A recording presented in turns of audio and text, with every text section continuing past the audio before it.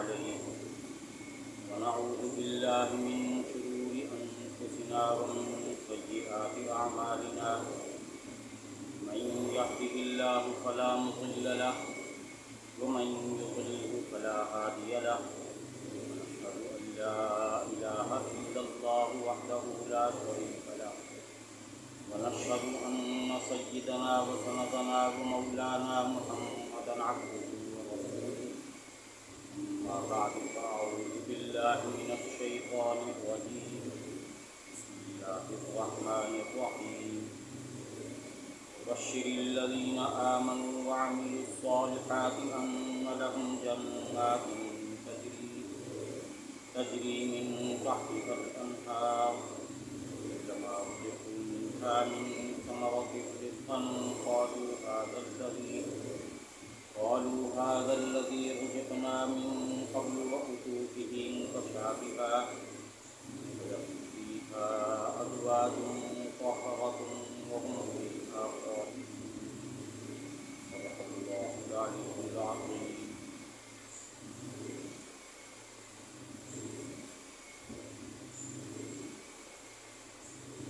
محترم سامعین،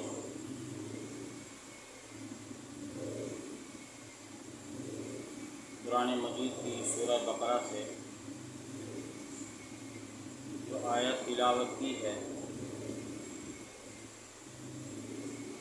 اس آیت میں اللہ تعالی نے ایمان لانے والوں کو چند خوشخبریاں دی ہیں۔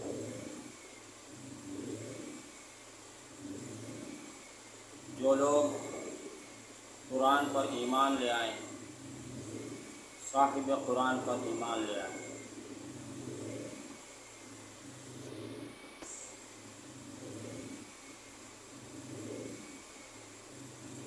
چند خوشخبریاں ان کو دی گئی ہیں۔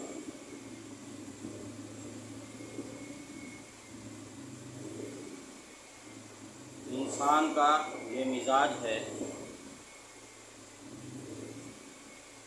کہ انسان اپنے لیے عیش، آرام، سہولت، سکون کا طلبگار ہوتا ہے۔ اللہ تعالیٰ کا یہ کرم ہے، یہ اس کا فضل ہے اپنے بندوں پر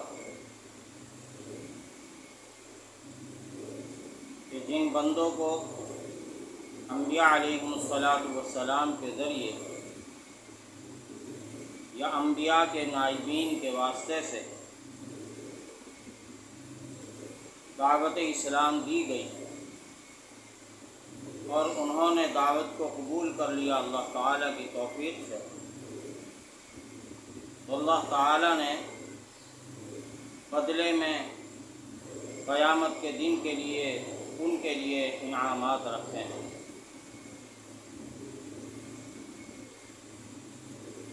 انسان کو رغبت دلانے کے لیے، ورنہ انسان تو خالق کی ایک مخلوق ہے،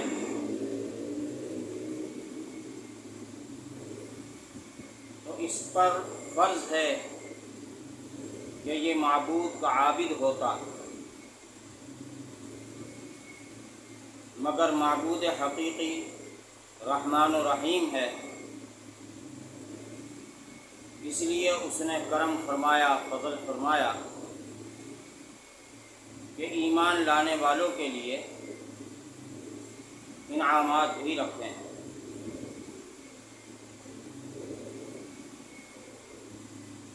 چنانچہ آیت مطلوبہ میں اللہ جل وعلا شانہ نے اپنے حبیب صلی اللہ علیہ وآلہ وسلم کو خطاب کرتے ہوئے ارشاد فرمایا، وَبَشِّرِ الَّذِينَ آمَنُوا وَعَمِلُوا الصَّالِحَاتِ أَنَّ لَهُمْ جَنَّاتٍ تَجْرِي مِن تَحْتِهَا الْأَنْهَارُ، اور خوشخبری دے دیجیے ان لوگوں کو جو ایمان لائے اور نیک عمل کیے بے شک ان کے لیے باغات ہیں، ایسے باغات کے بہتی ہیں ان کے نیچے نہریں۔ تو ایمان لانے والوں کو پھر ایمان کی بنیاد پر نیک اعمال اختیار کرنے والوں کو اللہ جل وعلا شانہ قیامت کے دن جنت عطا فرمائیں گے، باغات عطا فرمائیں گے۔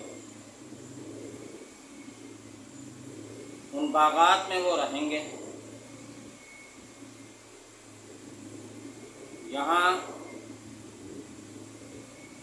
ایک خوشخبری تو رہائش کی دی گئی، کیونکہ انسان کو رہنے کے لیے جگہ بھی چاہیے ہوتی ہے۔ دنیا میں انسان تگ و دو کرتا ہے، محنت کرتا ہے اپنا جھونپڑا بنانے کے لیے، اپنے بچوں کی چھت کے لیے، اور کوشش کرتا رہتا ہے۔ یہ انسان کی بنیادی ضرورت ہے۔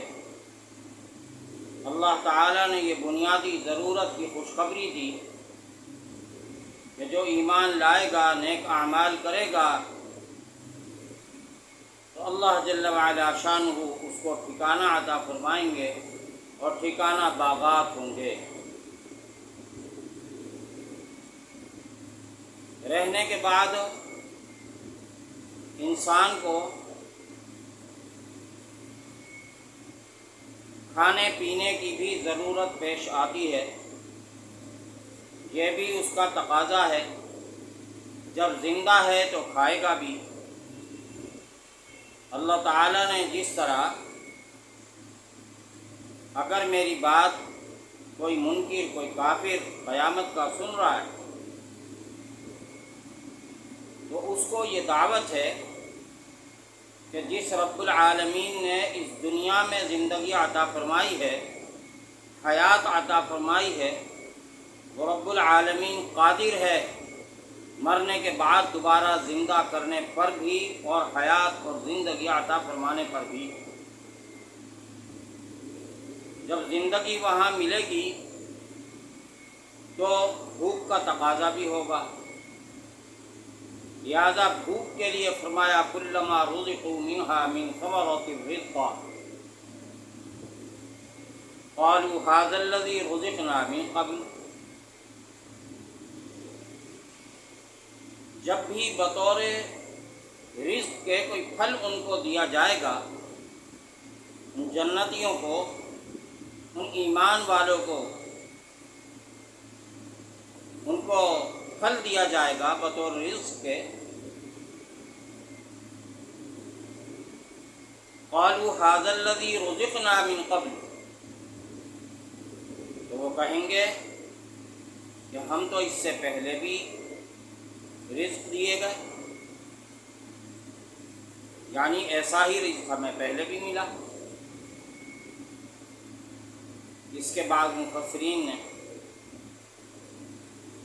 بعض مطالب لکھے ہیں۔ ایک مطلب یہ کہ دنیا میں جو رزق ملا تھا یہ بھی ویسا ہی ہے،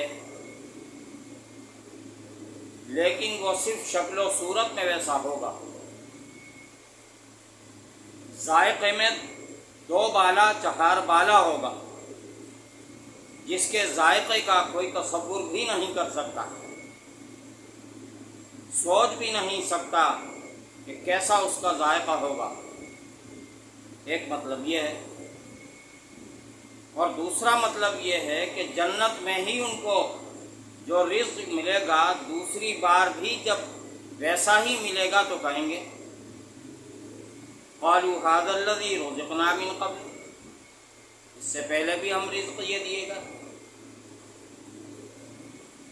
دوسرا مطلب یہ بیان فرمایا گیا کہ ملے گا تو ویسا ہی، لیکن ذائقہ مختلف ہوگا، اس سے کہیں اچھا ہوگا۔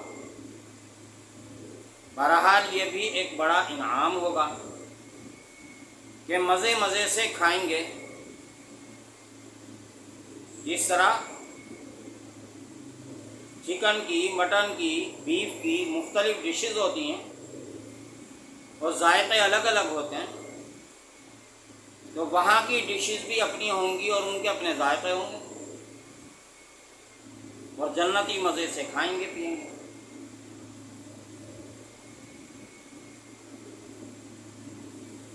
یہ دو انعامات کی خوشخبری دی گئی۔ اب تیسری ایک اور ضرورت ہے کہ دنیا میں انسان جہاں رہتا ہے وہاں کھاتا پیتا بھی ہے اپنے گھر میں، تو اس کو صرف یہ کافی نہیں کہ وہ اکیلا ہی ہو، ضروری ہے کہ اس کی فیملی بھی ہو،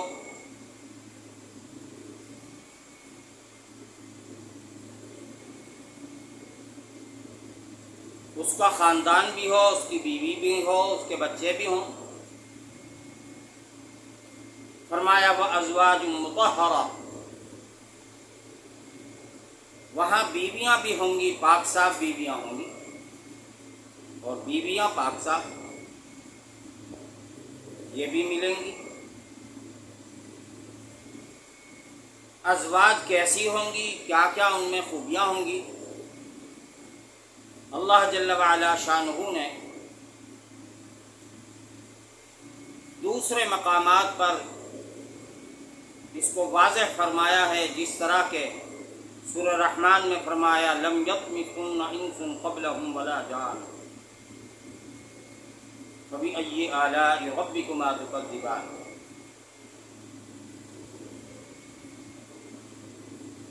مختلف مقامات پر بیان فرمایا، حوروں کا ذکر فرمایا، حوریں ملیں گی، ازواج ملیں گی، تو وہاں بیویاں بھی ہوں۔ پھر اللہ جل وعلا شانہ نے اس پر مزید ایک خوشخبری بھی دی ہے۔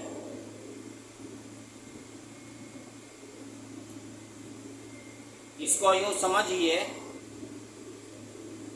کہ کسی افسر کو اپنی مطلوبہ سیٹ مل جائے، تھانے دار کہے مجھے تو فلاں تھانہ چاہیے، اور تعلقات کی بنیاد پر اس کو وہ تھانہ مل جاتا ہے۔ یا کوئی افسر اپنی مرضی کی سیٹ پر جانا چاہتا ہے، شہر میں جانا چاہتا ہے، اس کو وہ شہر مل جاتا ہے، اس کی سیٹ مل جاتی ہے، لیکن اس کو یہ فکر رہتی ہے کہ کسی بھی وقت مجھے کلٹی کر دیا جائے گا،